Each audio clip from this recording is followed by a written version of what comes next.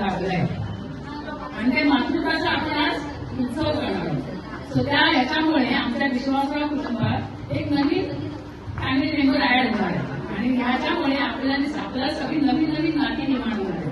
त्याच्यामध्ये सोनल आणि ओंकार आई बाबा होणार आहेतच, त्याचबरोबर सगळ्यांचं प्रमोशन झालंय.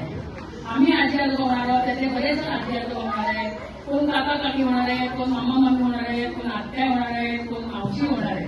हा सगळा नात्यांचा उत्सव आज आपण साजरा करणार आहोत. आता आपण हे डोहाळजेवण का करतो? पहिल्याच वेळेला डोहाळजेवण करतो, नंतर डोहाळजेवण दुसरं बांधकाम करत नाही.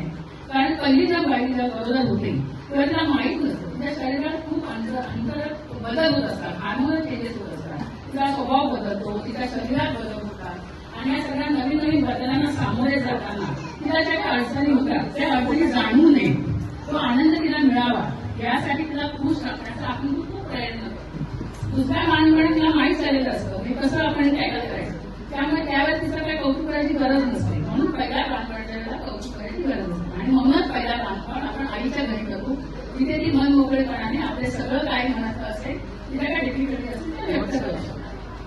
मग असा हा आपला आनंदाचा उत्सव आणि आपल्याला सगळ्यांना जे प्रमोशन मिळालेलं आहे त्या प्रमोशनचं सेलिब्रेशन आता होणार आहे. आता राहिली गोष्ट सोनलचं गर्भारपण.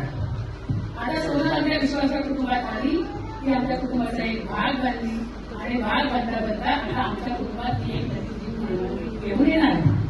तर मग तिला त्यावेळेला काय वाटलं असेल मनात तिच्या की आपण आता बरं राहावं, काय आपल्या भावना असते, कोणाला सांगाव्या, कशा सांगाव्या.